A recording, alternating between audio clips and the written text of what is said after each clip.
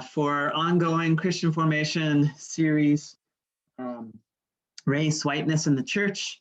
And as we've talked about, some of our goals for this series are understanding more the history of race and the experience of being Black in America, to discuss the concept of institutional racism, to understand more about how the sin of racism has impacted the health, unity, and witness of the church, and to explore how we can be a healing community in the midst of all that here at Grace Seattle. So I'm really gratified that you all are continuing to turn out for this, and I'm especially happy that you are all here today because we have Karissa Taylor joining us to speak. And as you know, she's a member of our community, but she's also someone who works for the King County Prosecuting Attorney's Office for 2 decades or so, and has a depth of knowledge to speak about the situation, the subject matter for today, which is the impact of race and the criminal justice system.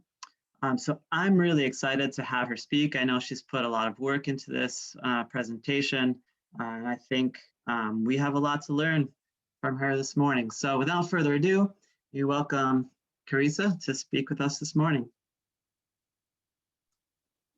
Great, thanks, Drew.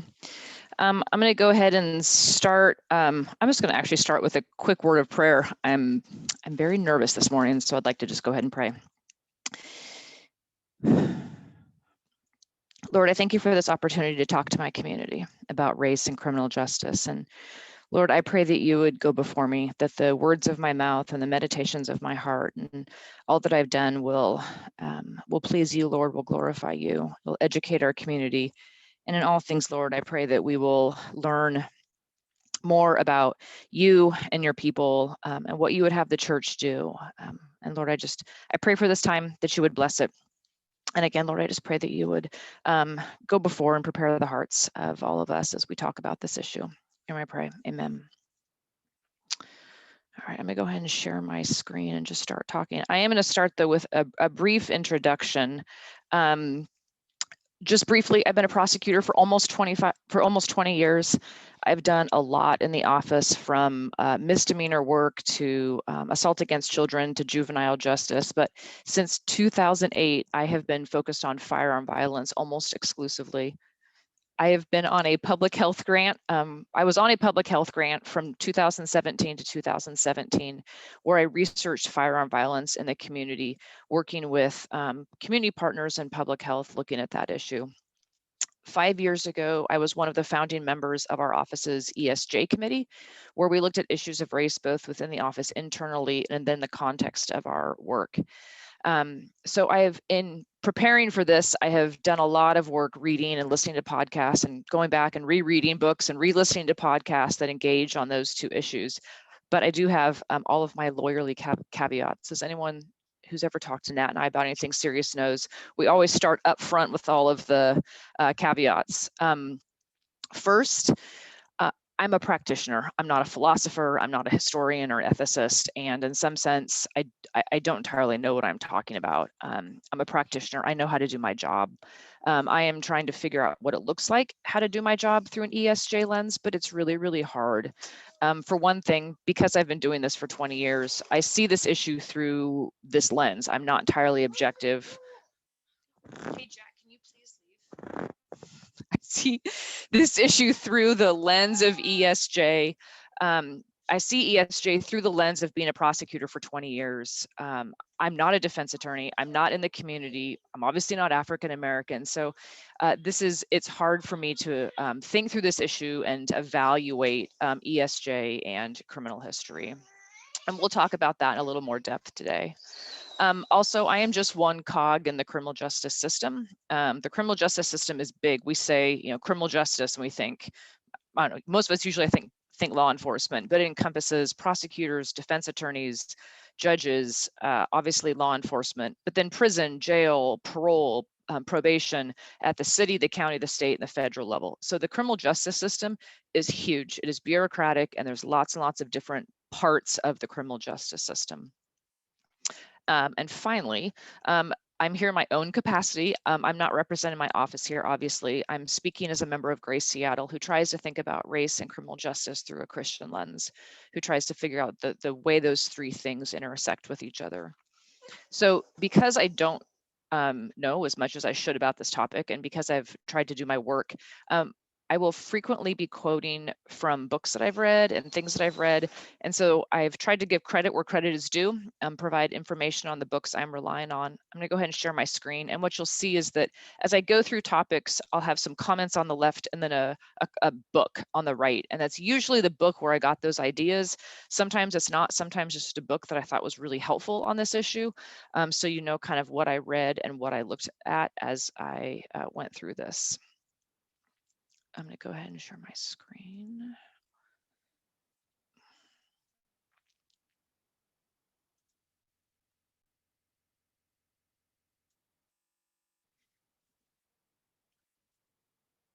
There we go. Okay. So I went through the background and all the caveats. I need to minimize. There we go. Okay. But I do, so now I want to start with some of the foundations.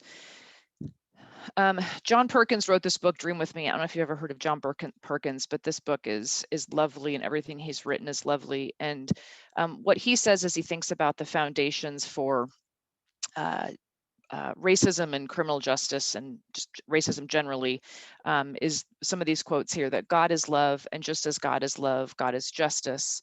Love was always God's motivation, which is why it must be ours as well. I want to talk a little bit about some definitions. Let me see what's next. When I think about, so I'm trying to navigate between multiple screens. There we go. The criminal justice system, I explained what that was. So when I talk about the criminal justice system, I'm talking about all of it. When we talk about systemic racism, I'm using some of the same definitions that Drew talked about. More than individual behavior, sin and evil can influence our human behavior and our institutions on both the systemic level and through individual actions. So kind of the way I think about it when I talk about this is sin breaks everything. It's broken individuals, and it's broken by systems that are defined by, worked in, and implemented by broken and sinful people. In September, I think one of these classes talked about the flesh being our sin, the world being systemic sin, and Satan being the architect of that sin. So I'm going to talk a little bit about the systemic racism that is in the criminal justice system. When I talk about the kind of the theology of criminal justice, I'm starting with a biblical vision for racial and ethnic equality based on the image of God. So the theology of person is created, the person is created in the image of God, and systems of public justice must be rooted in our love of neighbor. And there's that slide. The biblical basis for justice and the role of the church. This is a quote from Jamar Tisby, who wrote How to Fight Racism, Courageous Christianity, and the Journey Toward Racial Justice, which is the book here. What he says is love for neighbor requires critiquing and dismantling unjust systems of racial oppression. It is one matter to acknowledge that all people are made equal and have inherent dignity in their very being. It is another matter to identify the ways the image of God is defaced in groups of people through systems and policies, and to work against those injustices. So the church and individuals in the church are to call evil out, including holding the state accountable, while also realizing that the state is under God and we suffer the consequences of living in a fallen world. Christians are to be concerned about the structures and systems that enable or inhibit our neighbors' flourishing. So we're going to go through a whole bunch of different kind of some expositions, I guess, of the Bible. And all of this comes from Esau McCauley's Reading While Black, African American Biblical Interpretations as an Exercise in Hope. This book came out last year, and I would assume that some people in this community have read it. But there was a lot here about where our theology of criminal justice and race come from, and why Christians should be concerned about structures and systems that enable or inhibit our neighbors' flourishing, primarily in the context of race. So we'll start with Romans 13, 1-2, which reads, "Everyone must submit himself to the governing authorities, for there is no authority except that which God has established. The authorities that exist have been established by God. Consequently, he who rebels against the authority is rebelling against what God has instituted, and those who do so will bring judgment on themselves. So the focus is usually on how we are to subject to governing authorities and submission, because that's what it starts with. But there's a first and fundamental question: why are there wicked rulers at all? And can we biblically rebel against them? And then Esau talks about two different examples of where the Christian community, where Christians biblically rebelled against wicked rulers. Pharaoh was an example of God using human agents to remove wicked authorities. Pharaoh's destruction came through Moses. God brings judgment in his own time. We aren't always given insight into our role or his activities, or kind of how we weave into the tapestry of his story. But we know that God is active through humans even when we don't know our specific role. So again, the example of Pharaoh and Moses was Moses saw oppression and he was impulsive and identified sin and he killed an Egyptian. But that was not God's solution, and Moses kind of had to pay the price for that. But God had a plan for Moses and had a plan for the Egyptians, and he used Moses in a different way at a different time when God was ready to set those people free. Another example would be Daniel. Daniel was used to bring down a corrupt government.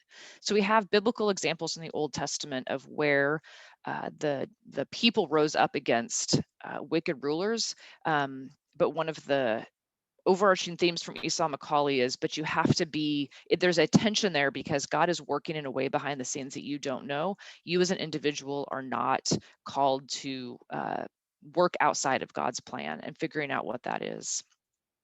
Romans 13:3-4, for rulers hold no terror for those who do right, but those who do wrong. Do you want to be free from fear of the one in authority? Then do what is right and he will commend you, for he is God's servant to do you good. But if you do wrong, be afraid, for he does not bear the sword for nothing. He is God's servant, an agent of wrath to bring punishment on the wrongdoer. So these verses talk about rulers and authorities. So not individuals, but systems. So in reading this, I've always paid attention more to kind of, do what is right and he will commend you. But it was actually the next phrase that jumped out at me and that Esau McCauley talks a lot about in his book. For he is God's servant to do you good. The state's mandate is to do you good. Ruler's mandate is to do you good. The rulers are supposed to be God's servants to do you good. So if government has created a system or a structure that disenfranchises, they are not doing you good. And we have an obligation to speak truth into that. So the focus here is on those who hold the sword, which is almost always the rulers and the government. And in this very specific context, the criminal justice system.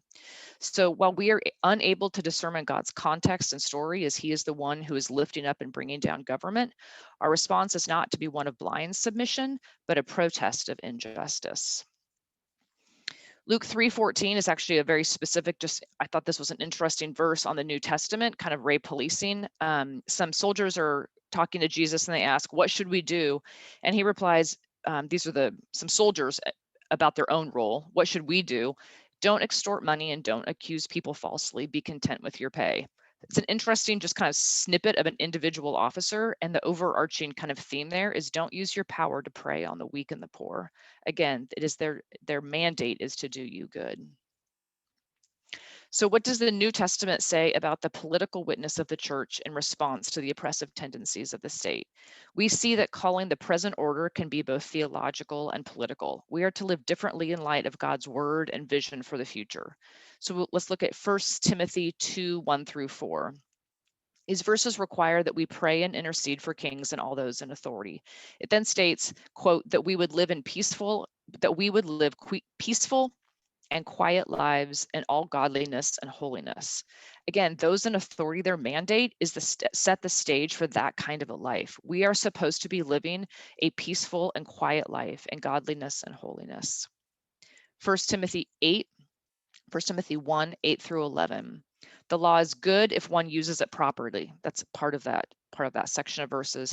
And then Timothy then calls out slaveholders, saying that the law is made not for the righteous, but for lawbreakers and rebels, the ungodly and sinful, the unholy and irreligious. He cites murderers, adulterers, liars, perjurers, and then he cites slave traders, which is interesting because slave trading was legal at the time. So even here, Timothy is calling out slaveholders who were legal under the law, saying that the law was not made for them. They are the lawbreakers and the rebels. So here we have another example of where God's law and human law is different, and the human law is being called out by Timothy for not being in compliance with God's law.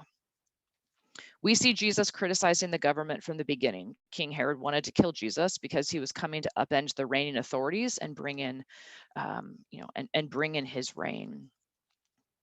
Galatians 1:3-5 speaks of being free from the present evil age. So the evil age at the time was Roman. So Roman at the time was a slave state. There's an economic exploitation of the underclass and of the poor. And in this, Paul is speaking of being free from that. He's looking towards the creation of a new age. And then in Matthew, we have the Beatitudes. Blessed are those who mourn, who know that things are not right. We are blessed by mourning and acknowledging that the world and mourning keeps us from being apathetic. We know that things are not right. We know that the world is crying out for justice. We know that the earth is groaning. Those are those who mourn. Blessed are those who hunger and thirst for righteousness and justice, because we are longing for Jesus to come and set things right. And then blessed are the peacemakers, because making peace requires truth telling. There's, if you're interested more in these verses and the exposition of them, this book is an excellent place to get that. I tried to quickly go through a lot of what Esau Macaulay talks about. But he ends with, in the arc of the Bible, God's people long for freedom and God liberates.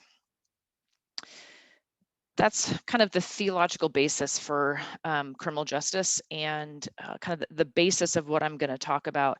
But I want to talk very specifically now and be very practical about, again, this is what I'm a practitioner, this is what I do. I'm not a theologian, obviously. So I'm going to move into what does this look like in King County, and using my own work and my job as an example of what race in the criminal justice looks like. And I'm going to speak specifically actually about firearm violence. So I've been prosecuting firearm violence since 2008. Possession of guns, drive-by shootings, homicides, armed robberies, shootings, all sorts of things for 13 years, I guess. In 2014, some colleagues and I wrote a grant with Public Health to focus on firearm violence as a public health initiative. What that means is we would collect data around firearm violence. We would identify patterns. We would identify where and when. And it started because in 2013, someone asked the question, how many people had died of firearm violence that year? And no one had any idea. So in kind of the public health model of anything, you can't solve a problem until you actually know what you're talking about. And the fact that we had no idea how many people were dying of firearm violence is shocking, looking back on it.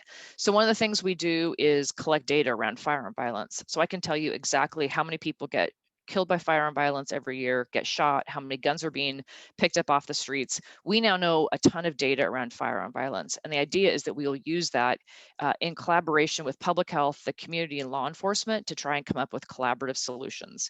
What are some different things that are there trends in the kinds of guns that are being used? How do we work with gun buyers? But every quarter, my unit releases a report that focuses on the data surrounding firearm, and then we do one at the end of every year. So this is the 2020 year-end report on firearm violence. We haven't released first quarter 2021 because it won't come out until obviously the end of March. But this is the whole report, but what I really want to show you, what I really want you to look at is that second page, the shooting victim demographics. So the stats on race and gender and age, these shooting victim demographics have basically been the same, have literally been the same since we started collecting data in about 2016 with any kind of specificity. Of the 337 shooting victims in 2020, 88% were male, 43% under the age of 25, and 76% were people of color. This is similar to our 3-year average, where it's basically the same thing. 86% were male, 45% were under the age of 25, and 80% were people of color. So if you look at the two circles, the inner circle is the shooting victims. So the big blues, you can't see what I'm pointing at, but anyway, the big blue section on that inner circle, those are the African-American victims of firearm violence. You see that blue circle is basically 50% of the entire circle.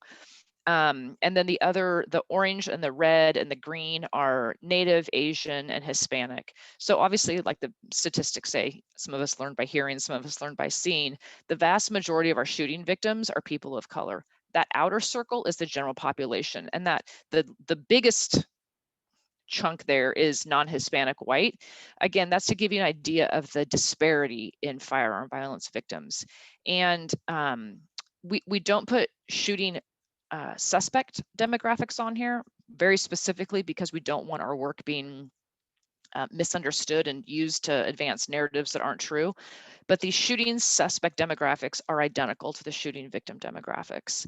The majority of our charged defendants of firearm violence are young Black men. And if you compare that to the percentage of the population that young Black men comprise, you will see there's a huge disparity between the percentage of young Black men in our community versus young Black men who are charged with firearm violence.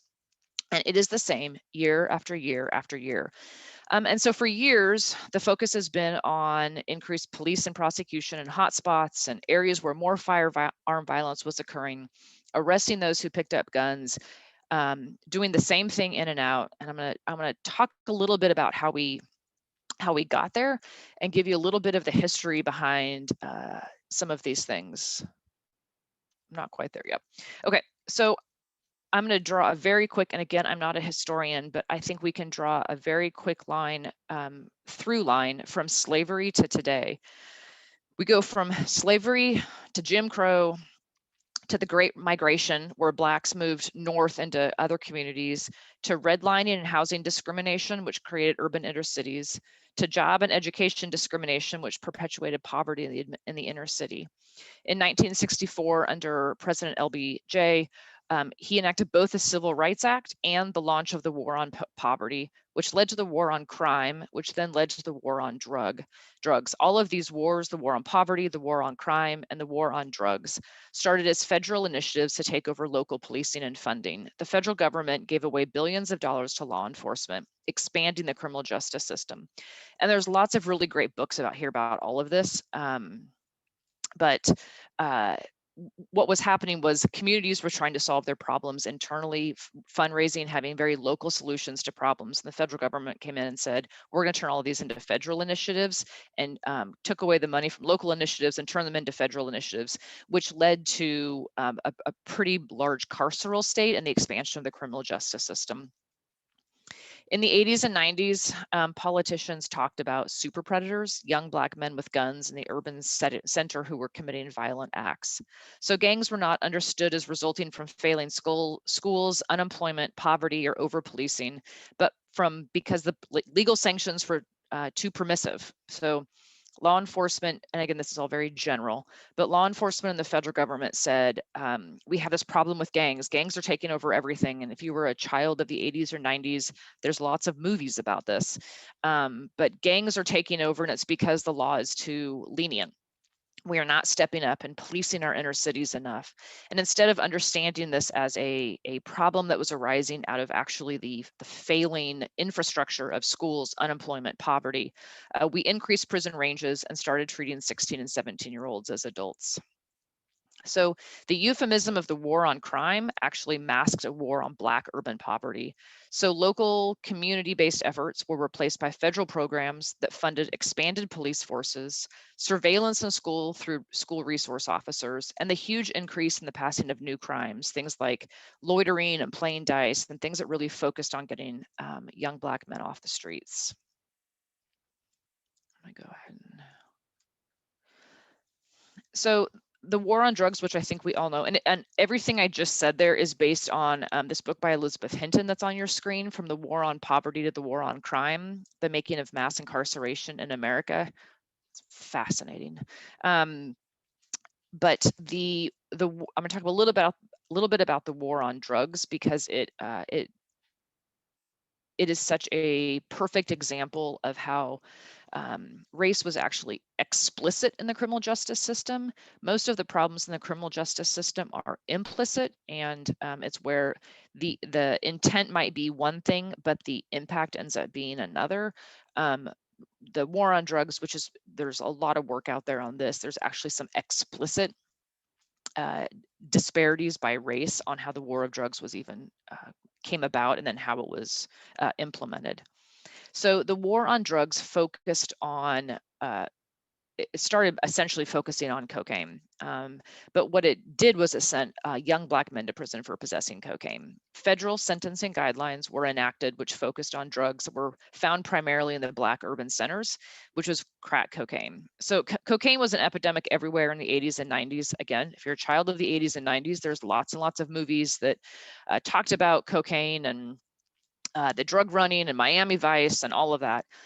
Well, the Black community predominantly used crack cocaine, and the white community predominantly used powder cocaine. Those two types of cocaine were treated very differently under federal law. The rationale was that powder cocaine led to more criminality and violence, but what ended up happening was if you were arrested with 500 grams of the equality here was if you were arrested with 5 grams of crack, your sentence was 5 years. In order to get that same sentence, you had to be arrested with 500 grams of powder.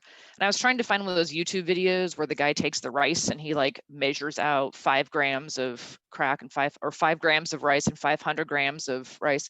I couldn't find one. And so instead I found this online, which was an example of the disparity in the sentencing laws. But crack cocaine, 5 grams of crack cocaine is equal to 1 1/4 teaspoons of sugar, while powder cocaine, it's 2.5 cups of sugar. So those two things were treated equally under the law. And there's even in the making of the law and the discussion of how they came up with these sentencing guidelines, there's no real question here as to where this was coming from. First of all, it was treated as a crime problem, not an addiction problem. But it was very much the sentencing guidelines were meant to go after crack cocaine because it was seen as more dangerous than powder cocaine. That's all a euphemism for going after the Black urban center, which was using crackcane and selling crackcane more than powder cocaine, which was being used in the white community in the living rooms of their homes. So again, this was treated as a crime problem and not an addiction problem. And there's a whole other conversation we could have here about how our community, how the federal guidelines, how the sentencing guidelines, how the criminal justice system treated cocaine, and how in the last 10 years it is treating the opioid crisis. We have treated the opioid crisis with treatment. We have looked at it as a addiction issue and not a carceral issue. We have chosen to not incarcerate those with opioid addictions. We can say that we have learned our lesson from the drug war, and I think we've learned a lot of lessons from the drug war, and there's a lot of work being done even right now in the community justice system to try and fix these disparities and unroll some of the long-term impacts.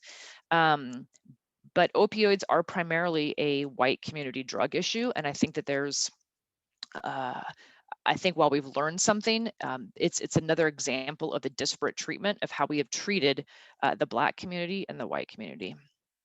So after we get through the cocaine sentencing, the Black urban community was gutted of men. And again, the majority of, as you saw in the firearm violence stats, the majority of those in the Black community that are arrested are male. The majority of those arrested for drugs are male. So the Black urban community was gutted of men who were fathers, who could help provide for their families, hold jobs, start businesses, go to school, care for their communities. So what is left is children were left with single parents in poverty because there's a one working parent solution, with poor schools that are crumbling and poor achievement opportunities. So as those children grow up in those communities, they're surrounded by stories of their own family and their own father they're committing these crimes. They have nowhere to turn. They're fed by a media that glorifies guns and gangs, by expectations of failure and criminality because of the expectations that the rest of the world puts on them, by social media and movies and music. And now we have a social media that normalizes guns. So then young people pick up guns. And so for years, the criminal justice system has been arresting for gun possession and for drug possession. And we start this whole cycle over and over and over again. This book by Thomas Abt, Bleeding Out, talks about urban violence, and it's the blueprint for the work that I'm trying to do in my unit right now at the prosecutor's office. But the odds are 50-50 that young Black urban males will spend time in jail, and that 1 in 11 Black men are under some form of state criminal justice control: jail, probation, prison, parole, something like that.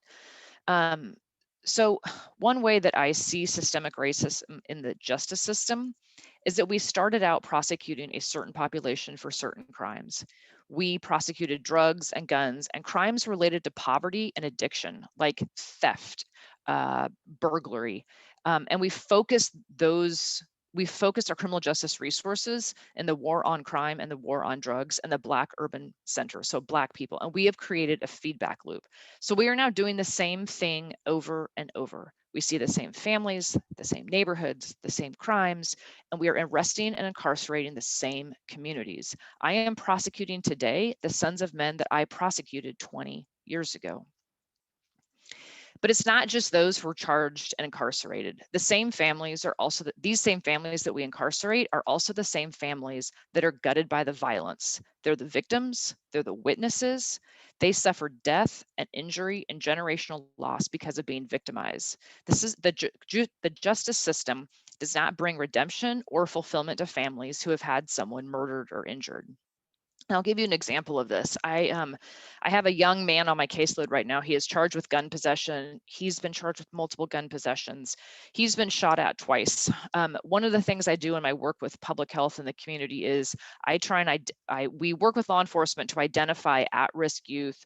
And then we identify other individuals who are more likely to pick up a gun or get shot. And one of the ways we do that is we look at witnesses to firearm violence. In this book, Bleeding Out by Thomas Abt, there's a whole body of literature here on how firearm violence in a public health system shows that if you are close to firearm violence, you are more likely to be shot or get shot.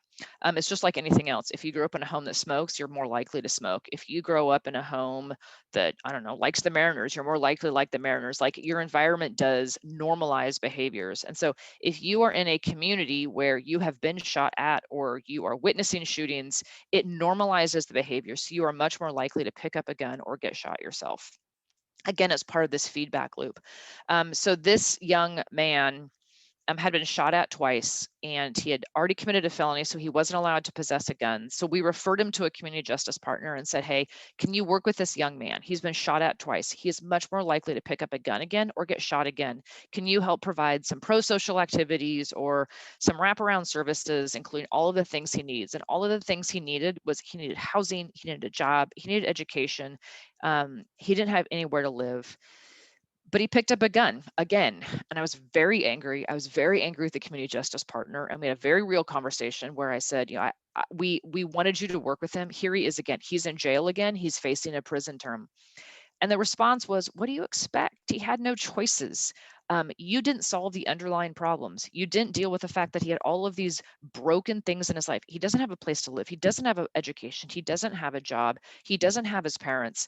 And you didn't solve the underlying problem to make him feel safe. He's been shot at twice. He doesn't feel safe. What was he going to do? His choice was to carry a gun so he could live and shoot back in self-defense if someone shot at him, or to not carry a gun and potentially die because he didn't have it with him. He knew he was likely to get arrested and go to jail. He chose to carry a gun to protect himself. And one of the ways he was protecting himself was by taking videos of himself on social media, getting the word out that he had a gun so people would leave him alone. And there's so many things about that are problematic, but it was a very stark reminder that my way of looking at the world is so not the only way of looking at the world in the criminal justice system. And this young man had two really terrible choices in front of him. He didn't know how to get out of the situation he was in. He didn't know how to not carry a gun. Part of it was social media, which is one of the terrible things about social media is it normalizes behavior that shouldn't be or isn't normalized. And right now what we see is, carrying guns. Lots of people take videos and pictures of themselves with guns, and then all their friends think, oh, I guess that's what we do. And so they do it. We're normalizing gun possession. So we're seeing a proliferation of gun possession again. But it's because it's not just social media, but we haven't solved the underlying problems and people don't feel safe in their communities. So we have put this young man and many others in untenable positions where he didn't have a lot of choices. So the question for me and for those in the criminal justice system is, can this cycle be broken? Can we do something different? We have been in this cycle and we've been having meetings in the community for years and years, and it's the same thing over and over. So can the community justice system, can the cycle be broken? After all of this, what do we do? I don't know. One of the things we're trying to do is trying to come support and work alongside those working in the community. I'm going to show you a video in a second of one of those. So I'm currently writing grants. I've been writing grants with community partners to fund outreach, to identify young people that are witnessing firearm violence, to help families get the PTSD and trauma-informed counseling they need after seeing someone in their family shot at, injured. But once you start to peel back the onion, you start to see how all the layers are related. In order to work upstream and upstream from the criminal justice system and solve some of those underlying problems where people feel safe in their community and they feel like they don't have to, you have to really deal with the problems that are going on right now in some of our urban impoverished areas. We have to steer young people to jobs. Dom Davis, one of the guys, the guy that runs Community Passageways, clearly says often over and over, it is easier for my young men to get a gun than a job. We have to solve that problem. We have to solve the lack of educational opportunities. We have to solve housing, food, stability, mentors, job training. And all of a sudden, the criminal justice system is thinking, oh my gosh, we can't tackle all of society's problems. One of the things I've learned in the last 5 years, working on this public health grant and working in close proximity with a number of community partners, Community Passageways and Choose 180 and a couple of others I'm going to mention later, is that the criminal justice system often takes on the mantle of, okay, we're here, we can help, we'll solve the issue, we're here. And the community, especially those working with young Black men and young Black women, there's not enough of those, but anyway, organizations working with young Black men and young, as they've been doing this work for decades, trying to steer young people away from violence and trying to steer and get resources for all of the things that we're talking about, housing and educational opportunity, and arguing for equity in education. And then the role of the criminal justice system isn't to solve. The role of the criminal justice system is to listen and to step down a little bit and try and support and come alongside. I've had quite a few humbling moments in my career in the last 5 years where I've come into a meeting and said, I have this great idea. What about X? And all the community partners in the room say, yeah, we've been doing that for years. Like, welcome to the conversation. Like, we've been trying to solve these problems for a long time, but you guys haven't been listening. And those are very humbling experiences. And the criminal justice system needs to keep having those conversations. So I'm going to introduce you to a friend of mine. His name is Sean Good. Sean Good runs Choose 180, which is one of my favorite community partners. We wrote a grant together to fund outreach workers and then what we call pro-social support. So they have money now to help find housing and pay for classes for all of these young people. And he's focused on Black males between the ages of 18 and 24 in the grant that we wrote. And all of them are folks who have either been a witness or a victim of firearm violence. And he's trying, instead of putting them in the criminal justice system, we're trying to divert them back into pro-social activities. And it's one of the places where I just sit back and let him do his work. And his organization is amazing. And I'm gonna share a video. It's a 3-minute video, 2.5-minute video of testimony he gave at a state legislative forum on, it's actually on juvenile, juvenile justice.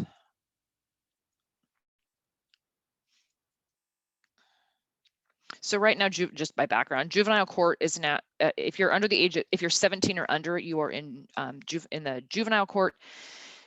This bill, which is before the House and Senate now, is to raise the age of juvenile court jurisdiction up to age 20. So this is Sean's testimony. Here, I steward a nonprofit in our community called Choose 180 in King County, and I also am the vice chair of the Partnership Council on Juvenile Justice.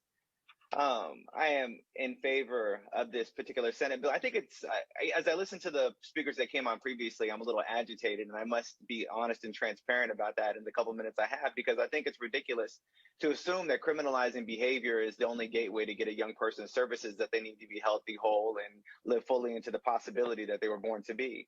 I also think that the antiquated methodology of policing young people in effort to keep them from engaging in gangs, violence, and other destructive behavior has continually demonstrated that it doesn't work, and it only adds to the proliferation of more gangs and perpetually taking advantage of younger children in community. And so what I really would ask is that we look at successful models of diversion and alternatives that are supporting 18-year-olds to 24-year-olds now, and take a look at those examples as a projection for what we could be moving forward. Our organization works in partnership with the city of Seattle, supporting 18 to 24-year-olds who would otherwise be criminalized for what's deemed a misdemeanor behavior. And approximately 96% of the young people that we support don't return to the criminal legal system within 12 months of participating in our programming. That's 96%. Now, I would beg to differ with some of the other accusations made that we have to police young people, that we have to criminalize young people, that we have to incarcerate young people, that we have to take these archaic methods in order to get behavior to change. What we do need to do, in fact, is make sure that we're resourcing community appropriately in order to be able to provide the type of system supports that young people actually need in order to pause and pivot and commit to a new direction. We need behavioral health supports. We need credible messengers who can connect with young people in intentional ways. We need schools that are adequately educating young people and giving them the academic support so they can stay appropriately connected. There's a variety of things we need, but what we don't need is more behavior being policed. What we don't need is more young people being incarcerated. And furthermore, I must say that Black and brown children on average are aged 4.5 years older than what they actually are when presented in community. So what that means is you can have a 13-year-old young person, by virtue of being 13, already being looked at as an adult and having the behavior criminalized as such, even though they're a young adolescent.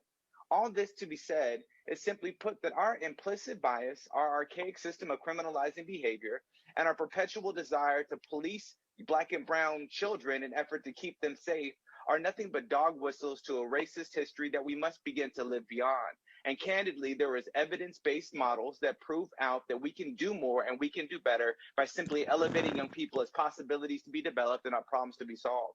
96% of our 18 to 24-year-olds, we can and will do better as a community and as a state.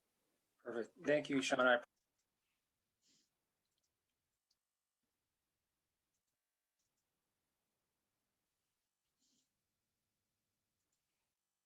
right, I go back to.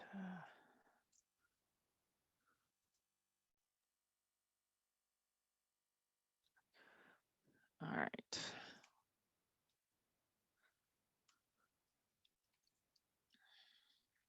Get myself back on track here. Okay. So that was Sean. He's a great friend. He is also a pastor, and he preaches at a couple of churches in the Central District repeatedly. He can be on fire.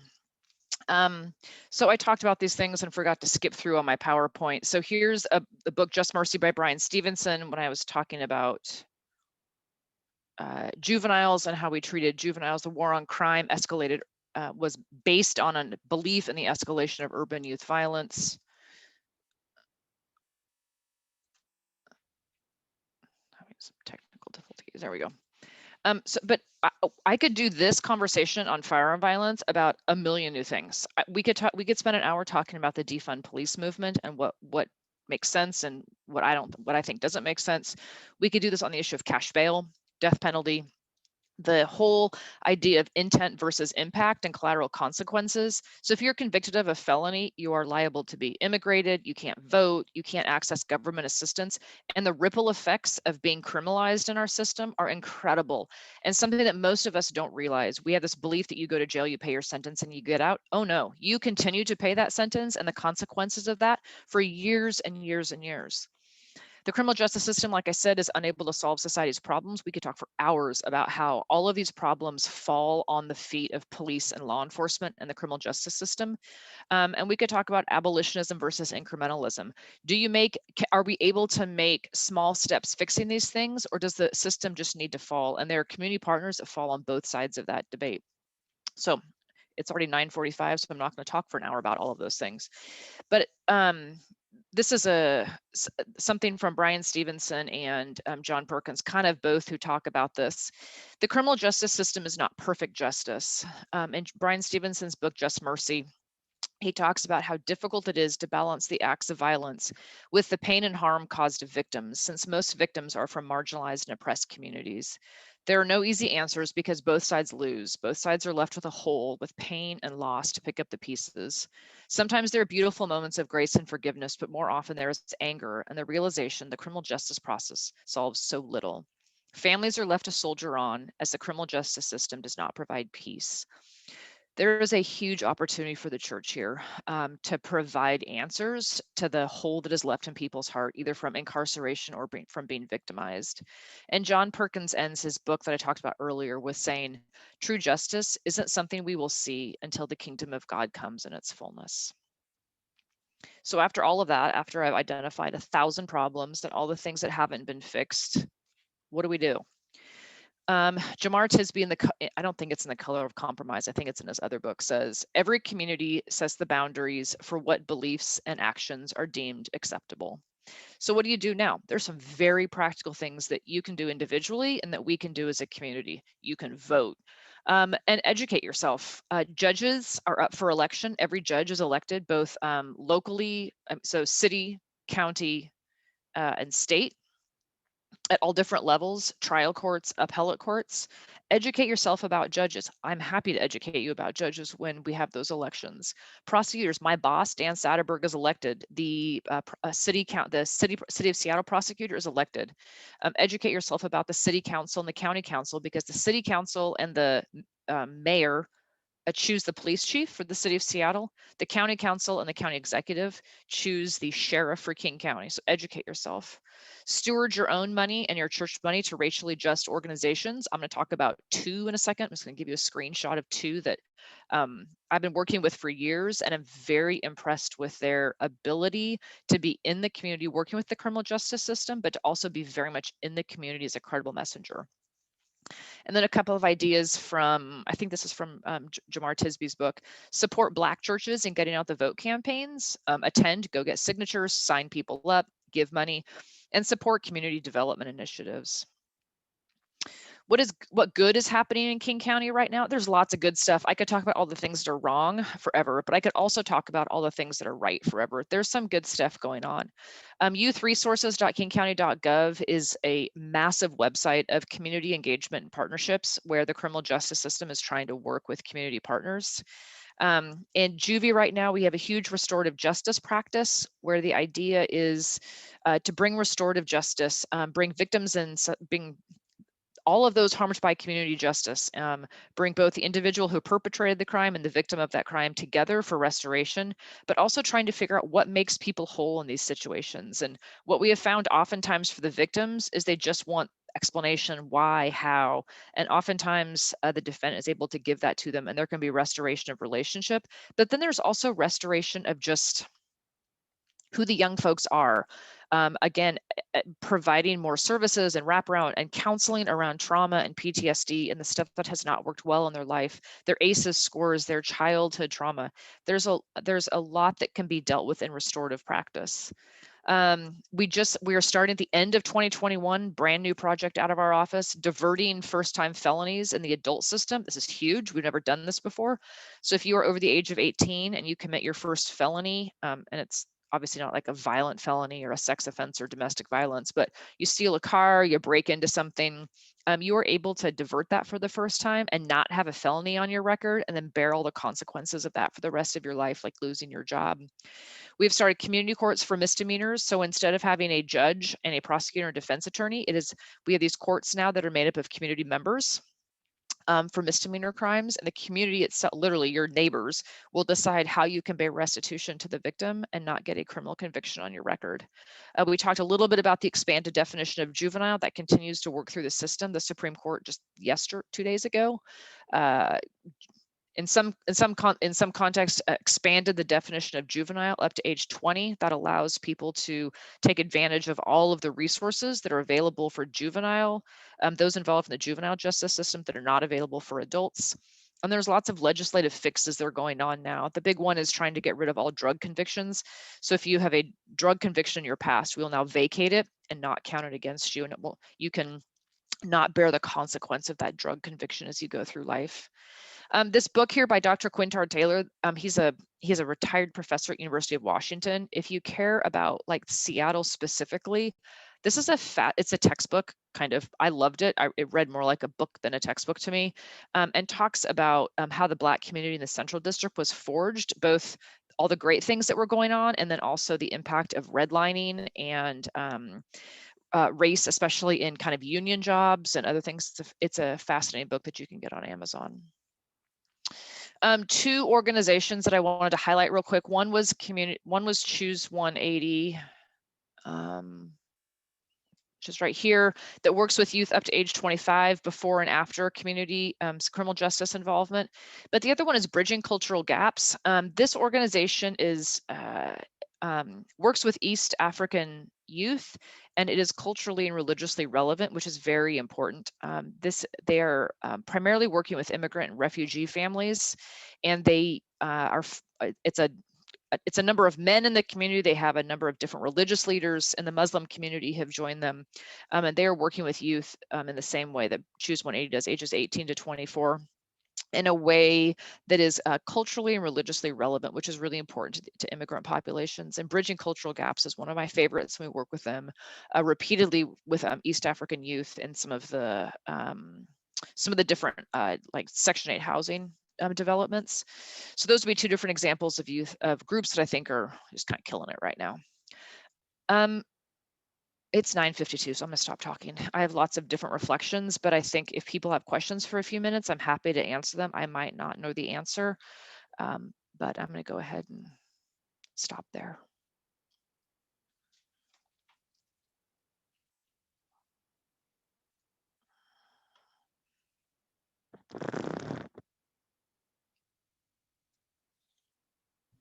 I've got to jump off, Karissa, but words can't express the work that you do, gratitude for the person you are, and the excellence that you brought to us this morning in your class. So my words fail me, but thank you so much. I've been in similar playpens as you, and yep, the people I've worked with have not been fans of your office, and yet I am so glad that you're there, and very thankful for you. And you remind me of why I sometimes feel in such great tension with where I'm at, because of just the needs in the Black community here in Seattle, and some of the dynamics that you pointed out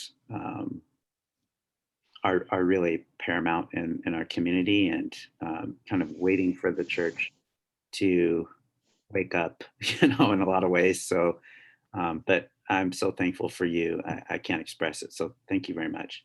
Thanks, Jason.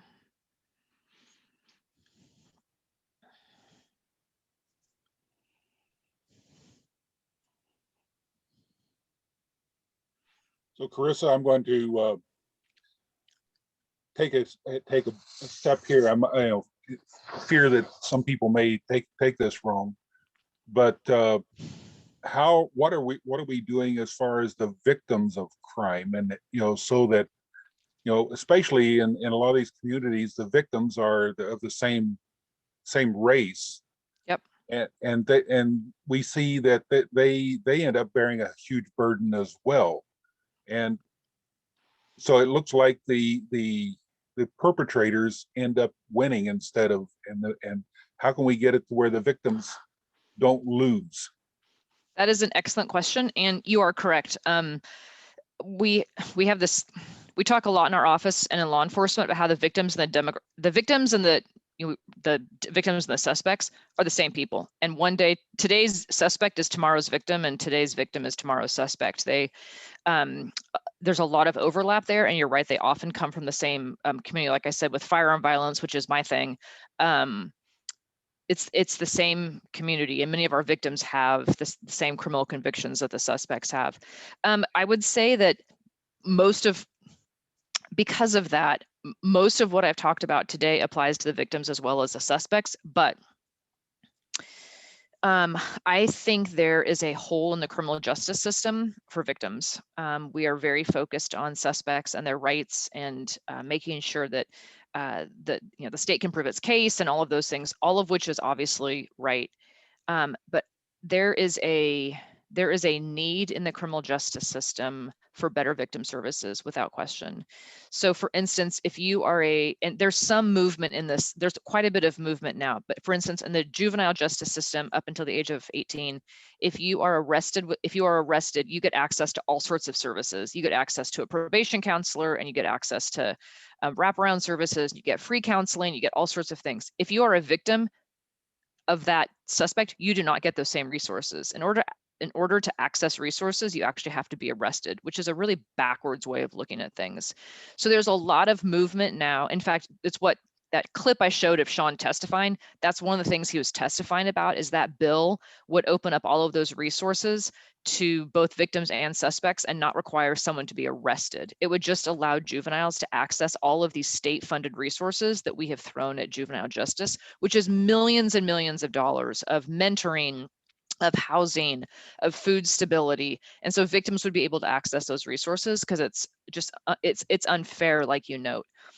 I would say in the adult system, the place that we notice it the most is, the place that I notice it the most is going through the criminal justice system. A defendant has their attorney who's explaining everything to them, walking with them, providing counsel.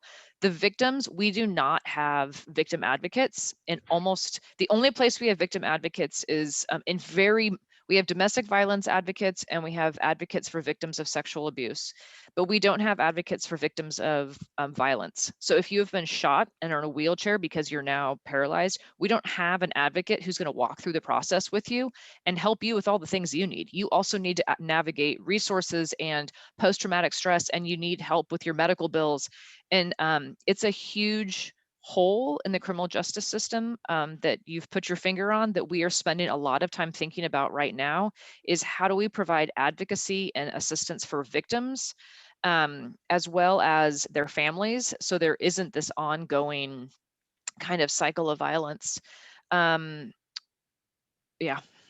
It's, and I guess one of the places we need it the most is in the most marginalized of our victims' communities. So victims who don't speak English, victims who are concerned about immigration consequences, victims who are homeless, and so we can't find them and we can't provide help to them.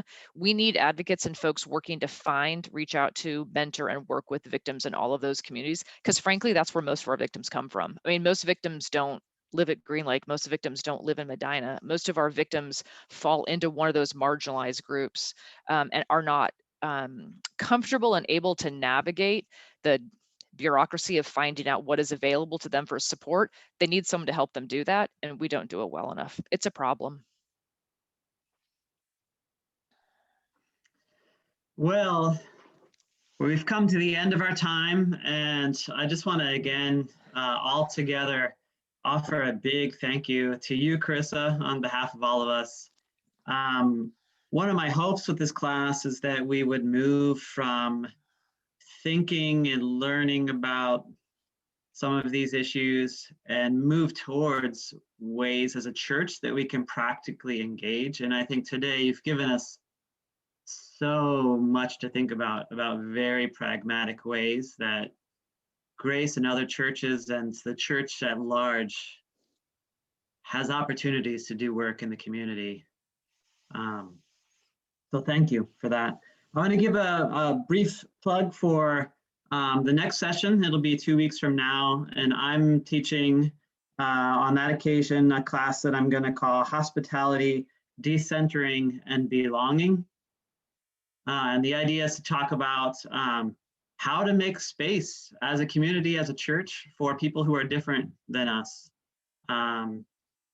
Of course, along the lines of race, but really broadly applicable to how we can better reflect that vision and revelation of every tongue and tribe worshiping God together. So thank you all for being here this morning, and I wish you very well.